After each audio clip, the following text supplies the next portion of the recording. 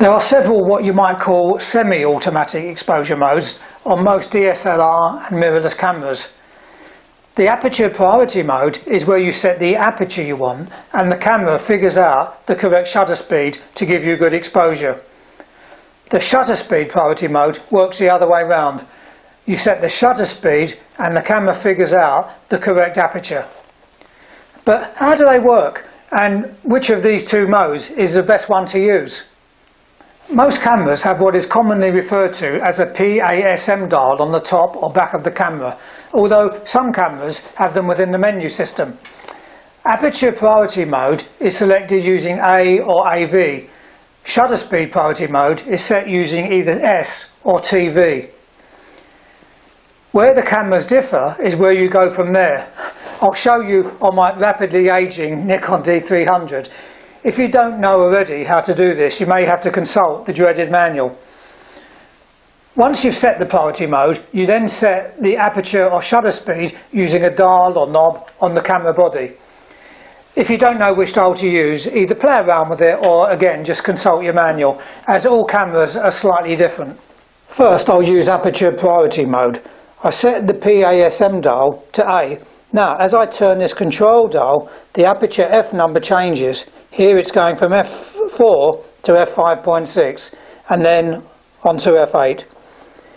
The more observant amongst you will notice that the shutter speed is changing too, but I'm not actually doing that explicitly. Instead, the camera is automatically changing the shutter speed to compensate for me changing the aperture. So let's get back to f4. The camera has chosen a shutter speed of 250th of a second.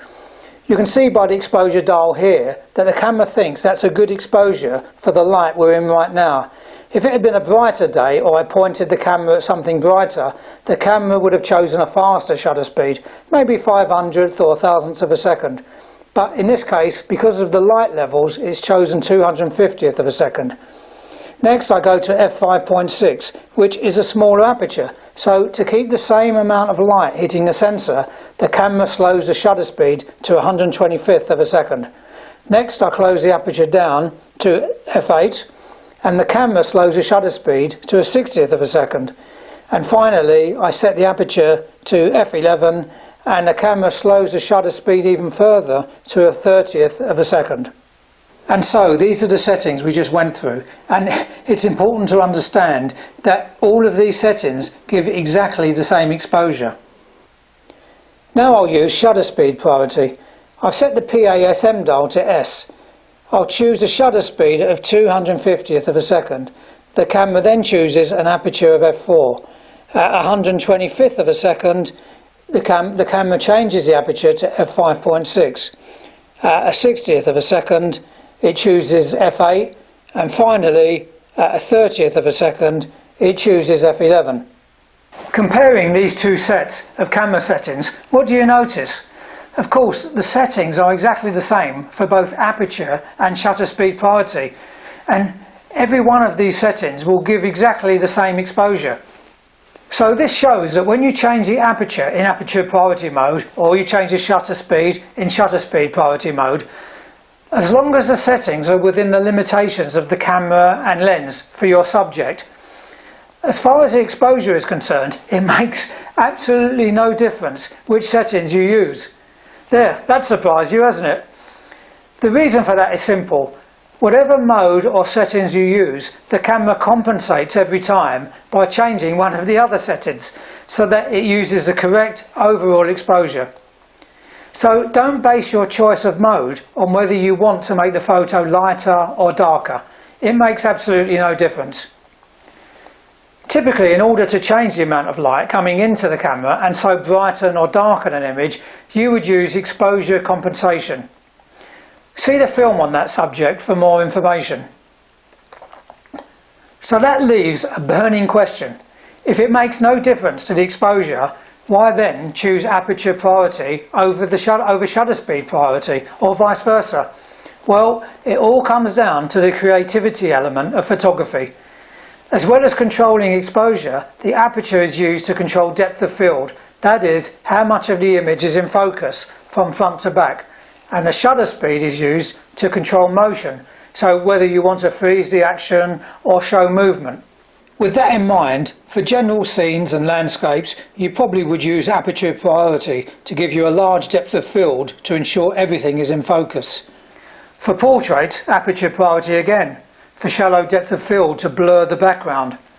For sports, use shutter speed priority to freeze movement, or aperture priority if it's important to separate the sportsperson from the background. In low light situations, it's probably best to use aperture priority and set a large aperture to ensure the maximum amount of light through the lens. But these are only guidelines. There's no real hard and fast rules. Here's a couple of other relevant tips. First, when using exposure compensation to lighten or darken an image, the camera honours your priority choice. So if you're in aperture priority mode, it will change the shutter speed. And conversely, if you're in shutter speed priority mode, the camera will change the aperture. Choosing aperture priority mode will in nearly every case keep you within the limits of your camera, whereas you may get a warning or under or overexposure under some circumstances using shutter speed priority. Because, for example, your lens may not be able to open up to a wide enough aperture for your selected shutter speed and the prevailing light. See my film on cycling for more info about that one. I'm in aperture priority mode and I'm setting the aperture to its maximum value for this lens, that is f3.5. Watch what happens when I just zoom in the lens. Now I'm not changing any settings, I'm just zooming in. Notice that the aperture is closing down and is now of different value, f5.6. This is what happens when you use a lens with a variable maximum aperture. This applies to most kit lenses and also to many other lenses. They're called variable aperture lenses. The maximum aperture of these lenses varies depending on the focal length, that is, how much the lens is zoomed in or out. That's why the designation of the maximum aperture on the barrel of the lens will say something like f3.5 to f5.6. In this case, f3.5 is available at the wide angle end of the lens, but only f5.6 when the lens is fully zoomed in. This doesn't happen on more expensive professional lenses. Watch the film on lenses for more information about this. The potential problem is that the camera will automatically compensate for the smaller apertures by slowing down the shutter speed. And as the shutter speed gets slower and slower, the camera gets harder and harder to handhold and keep steady. Without realising it and without any warnings, you could end up introducing camera shake or subject movement unless you use a tripod or some kind of support. This is related to the previous tip, but whichever mode you use, do keep an eye out for the other setting. So for example, if you've chosen aperture priority, just be aware of the shutter speed and make sure it's going to be okay for what you're about to shoot. Bye for now.